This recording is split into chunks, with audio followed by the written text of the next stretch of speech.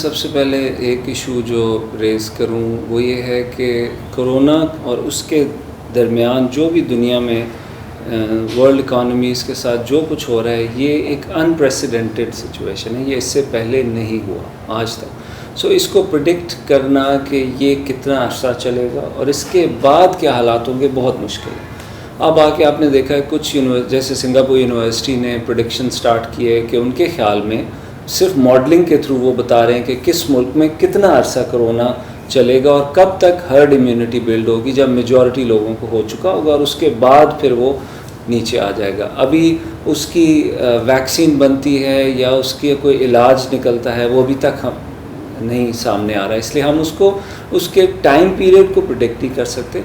इससे मिलता जुलता लास्ट जो इवेंट हुआ वो स्पेनिश फ्लू का था 1918 में, और वो तकरीबन वर्ल्ड इकॉनमीज़ जो थी वो 7 से 8 महीने तक रिसेशन में रही और उसके बाद वो रिसेशन से बाहर निकल आई। तो मेरी इसलिए ये थिंकिंग है कि हम इसको सिस्टमेटिकली अगर ये देखें कि इस वक्त वर्ल्ड इकॉनमी पे इसका क्या इम्पेक्ट है और कितना अरसा वो चलेगा, और अगर चलता है तो उसके बाद फिर क्या हालात बनेंगे। तो पहला पॉइंट ये है कि पिछले 2 से 3 महीने में तकरीबन 7 से 8% तक ग्लोबल जीडीपी जो है वो कॉन्ट्रैक्ट किया है। आप देख रहे हैं कि 3 मेजर इंडस्ट्रीज़ हैं जो बहुत बुरी तरह हिट हुई हैं, या 3 major types of economies hit हुई हैं। सबसे पहले आप देख रहे हैं टूरिज़्म ख़त्म हो गया। सो जिन कंट्रीज़ की इकोनॉमीज़ बेस करती थी टूरिज़्म पे, आप लोगों को पता है कोई इंटरनेशनल कैरियर इस वक्त फ़्लाइट्स नहीं लेके जा रहा। सो टूरिज़्म का एरिया हिट हुआ है, और जिन कंट्रीज़ के लिए वो मेजर पार्ट था उनकी इकोनॉमी का, उनको बहुत ज़्यादा मेजर हिट है। तीसरी जो इकोनॉमीज़ बहुत मेजर हिट हो रही हैं वो ऑब्वियसली एक्सपोर्ट ओरिएंटेड इकोनॉमीज़ हैं। आप देखें तकरीबन चाइनीज़ इंडस्ट्री वापस आ गई है, मगर उनके ऑर्डर जो अगले 5-5, 6-6 साल तक मौजूद थे वो सारे हॉल्ट पर हैं। लोग फैक्ट्रीज़ में आ रहे हैं, फैक्ट्रीज़ चल रही हैं, मगर उनके पास प्रोडक्शन ऑर्डर्स सारी इंडस्ट्रीज़ में नहीं है। इस वक्त चाइनीज़ सबसे ज़्यादा क्या प्रोड्यूस कर रहे हैं? वेंटिलेटर्स। सबसे ज़्यादा क्या प्रोड्यूस कर रहे हैं? Protective gears, N95 mask. जो फैक्ट्रीज़ रेगुलर क्लोथिंग बना रही थी वो भी N95 मास्क और प्रोटेक्टिव गियर बना रहे हैं। So export oriented economies have also taken a massive hit. तो ये 3 बेसिक आप देखेंगे कि एरियाज़ हैं जिसके अंदर इकोनॉमीज़ हिट हुई हैं, और इन तीनों में पाकिस्तानी इकोनॉमी को अगर थोड़ा बहुत जो इफ़ेक्ट आ रहा है वो डोमेस्टिक लॉकडाउन के इश्यूज़ अपनी जगह, डोमेस्टिक इंडस्ट्री का कोलैप्स स्पेशली सर्विसेज एरिया में बहुत ज़्यादा है, फूड इंडस्ट्री में आप देख रहे हैं, होटलिंग में और बाकी। लेकिन जो हमें वैसे प्रॉब्लम आ रही है वो ये है कि हमारे भी एक्सपोर्ट ऑर्डर्स जो हैं वो हॉल्ट हो गए। फैक्ट्रीज़ उस तरह प्रोडक्शन में नहीं है, इसलिए वो लेबर को भी हायर नहीं। गवर्नमेंट ने बहुत अच्छा किया कि बहुत सारे एरियाज़ उन्होंने खोल दिए हैं इकोनॉमी के, बहुत सारी फैक्ट्रीज़ को इजाज़त दे दी है, फार्मास्यूटिकल है, टेक्सटाइल है, लेकिन आगे उन फैक्ट्रीज़ को ये प्रॉब्लम आ रही है कि उनके पास अब वो ऑर्डर्स नहीं है। कंस्ट्रक्शन को भी खोल दिया है, वो बड़ा अच्छा स्टेप है, उससे काफ़ी इंडस्ट्रीज़ जो हैं वो मोबिलाइज हो जाएंगी। तो पाकिस्तान को जो इम्पैक्ट आएगा वो एक्सपोर्ट साइड पे है, आ रहा है ऑलरेडी। दूसरा हमें रेमिटेंसेस साइड पे आ रहा है, हमारी लेबर इंटरनेशनली जो है अनएम्प्लॉय हो गई। आप देखें Pakistan is now bringing many of them back from the gulf, at least middle east से हम अपनी लेबर को वापस ला रहे हैं। तो हमारी जो रेमिटेंसेस बड़ी अच्छी अमाउंट एक हमें मिल जाती थी साल में 12-13-14 बिलियन डॉलर्स, वो काफ़ी ड्रास्टिकली कट होगी। तो ये एक तो इंटरनेशनल इम्पैक्ट है जो हम फेस करेंगे, और ऑब्वियसली एक लोकल डायनामिक है जो हम ऑलरेडी फेस कर रहे हैं, जिसमें टैक्स कलेक्शन कम हो गई। इंडस्ट्री सारी बंद है तो टैक्स कलेक्शन कैसे हो? ये प्रॉब्लम्स हैं और हम इनको फेस कर रहे हैं। एक तो ये है कि ये हालात डेवलप्ड कंट्रीज़ पे भी उसी तरह आ रहे हैं, वहाँ पे डेथ रेट है, मोर्टेलिटी बहुत ज़्यादा है, इकॉनमी बुरी तरह वहाँ भी लॉकडाउन में है। पाकिस्तान के साथ 2 प्रॉब्लम्स, एक ठीक है हम डोमेस्टिक टैक्स रिसीव नहीं कर पा रहे, हमारे पास फॉरेन रेमिटेंसेस भी रुक गई हैं, सो हमारी ओवरऑल जो कलेक्शंस हैं वो नीचे गई।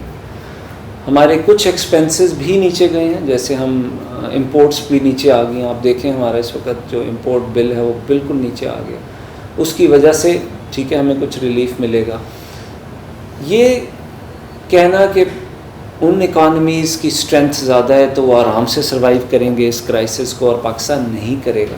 मैं ये नहीं समझता, आप इसको प्लेन 2+2 में नहीं देख सकते। मेरा एक छोटा सा आपसे, जैसे for example as a question आप इसको देख लें कि अगर पाकिस्तान की टैक्स कलेक्शन, हमारी रिसीट कम हुई है, दूसरी तरफ हमें International Monetary Fund, World Bank के जो डेफर हुई हैं payments, probably 10 to 12 billion dollars अगले 6 से 8 महीने में हमने पे करना था, वो अब डेफर हो गया, उससे हमें रिलीफ मिला है। FATF का एक प्रॉब्लम हमारे सर पे लटका हुआ है, मैं नहीं कहता वो रिजॉल्व हो गया है, इसी तरह हमें उल्टा कुछ रिलीफ कुछ एरियाज से मिला है। 1.5-1.7 बिलियन डॉलर्स का रिलीफ आपने शुरू में भी डिस्कस किया, वो मिला है। तो जहां हमारी कलेक्शंस नीचे गई हैं, कुछ एरियाज में डिस्पर्समेंट्स भी नीचे गई हैं, होप कि वो बैलेंस क्रिएट होगा। अच्छी चीज़ ये हुई है कि आपने देखा स्टेट बैंक ने बैंक्स को पुश किया है कि वो इंडस्ट्री को सपोर्ट करें, स्पेशली सैलरीज एंड वेजेस की फॉर्म में बड़ी ज़बरदस्त सपोर्ट है, वेरी लो मार्कअप के ऊपर। ओवरऑल इंटरेस्ट रेट नीचे आया, ये अभी हो सकता है अगले 3-4 महीने में आप इसका इम्पैक्ट ना देखें। मैं इमेजिन कर रहा हूँ कि पोस्ट कोविड टाइम्स में, which probably will come in 6 months plus may be 18 months whenever, तो ये जो इंसेंटिव्स हैं ये आगे चल के इकॉनमी को स्टिमुलस प्रोवाइड करेंगे। सो हो सकता है कि अभी बहुत बुरी सिचुएशन लग रही हो, मगर जो स्टेप्स गवर्नमेंट ने लिए, कंस्ट्रक्शन इंडस्ट्री को सपोर्ट किया है, ये जो ड्रास्टिक मेजर्स लेने पड़ रहे हैं, ये लॉन्ग टर्म शायद आपको बहुत बूस्ट करें इकॉनमी को किक स्टार्ट करने में। क्या वर्ल्ड इकॉनमी 6, 7, 8, 10 महीने तक रिसेशन में रहेगी, उसके बाद डिप्रेशन में चली जाएगी, या किक फाइट बैक करेगी और विद इन फ्यू मंथ्स आपकी इकॉनमी ग्लोबल लेवल पे चल पड़ेगी, तो उसका फ़ौरन पाकिस्तान को बेनिफिट होगा, आपकी वापस लेबर जाएगी, फिर से एम्प्लॉय होगी। इसमें बहुत इंपॉर्टेंट चीज़ है इस वक्त गवर्नमेंट कैसे इंटरनेशनल रिलेशंस मैनेज करती है। अगर आज UAE के मिनिस्टर पाकिस्तान को प्रेज़ कर रहे हैं कि पाकिस्तान ने जो पाकिस्तानी लेबर वहाँ स्टैंडर्ड थी उसको वापस फ्लाई बैक किया, तो हमें इन्हीं लोगों को अच्छे रिलेशंस के थ्रू वापस एम्प्लॉय करने में आसानी होगी। इस करंट गवर्नमेंट का अगर कोई एरिया स्ट्रॉन्ग है तो फॉरेन अफेयर्स प्रॉबेबली स्ट्रॉन्गेस्ट है। सो आई एम अज्यूमिंग कि इंशाल्लाह गल्फ़ में, एटलीस्ट मिडल ईस्ट में वापस हम जैसे हालात बेहतर होते हैं बहुत मेजर एम्प्लॉयमेंट गेन ले सकें, जो हमारे ऑलरेडी लोग एम्प्लॉयड थे हो सकता है उससे ज़्यादा वापस एम्प्लॉय हो सकें।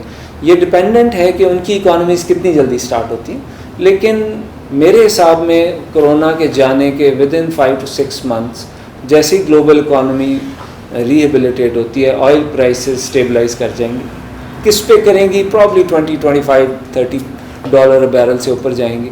उस सूरत में उनके कैश रिजर्व्स इंप्रूव करेंगे, वहाँ भी इकॉनमीज़ के it will be a global effort कि इकॉनमीज़ को स्टिमुलेट किया जाए। जब सारे एफर्ट करेंगे तो हो सकता है with in few months post Covid world economy अपने पिछले लेवल से भी ऊपर चली जाए। देखिए, इसको मैं एज प्रोफेशनल इसको पॉलिटिकली तो उस पर कॉमेंट्री नहीं करता, लेकिन मैं इसको वैसे अगर अदरवाइज़ देखूं तो पाकिस्तान में जहां बहुत बड़ी परसेंटेज डेली वेजेस की है, डेली लेबर की है, जिन्होंने डेली बेसिस पे कमाना और खाना है, उस मुल्क के अंदर आप बहुत लंबे लॉकडाउन नहीं कर सकते, मेरा ख्याल। सो गवर्नमेंट की ये पॉलिसी के पीरियोडिक लॉकडाउन्स और फिर थोड़ा सा ईज़ करना, ये मैं समझता हूँ कि बेहतर पॉलिसी है।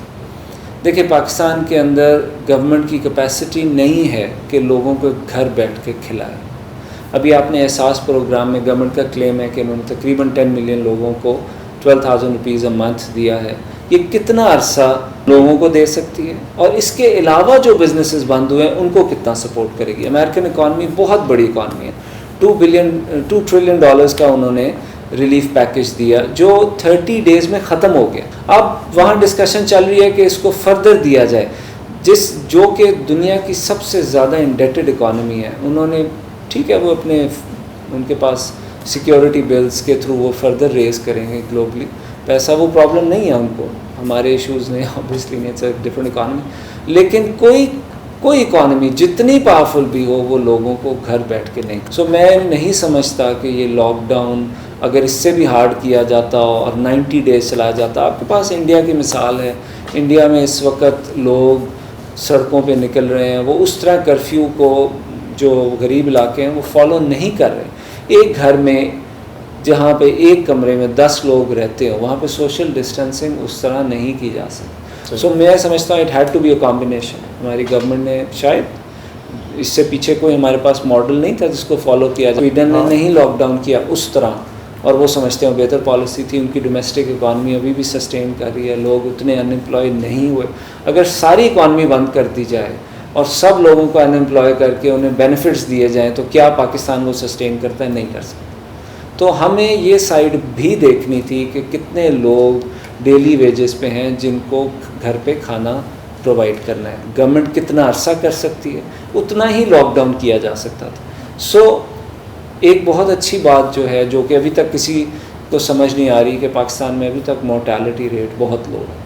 क्या हमारे अंदर ऑलरेडी इम्यूनिटी है? क्या ये ऑलरेडी फर्स्ट वेव गुजर चुकी है मे बी दिसंबर जनवरी में, या हम एंटी मलेरियल जो यहाँ पे रहा है कई सालों से, उस वजह से हमारे अंदर इम्यूनिटी बिल्ड हुई हुई एंटीबॉडीज़ हैं? ये तो साइंटिस्ट जानते हैं, मैं नहीं जानता।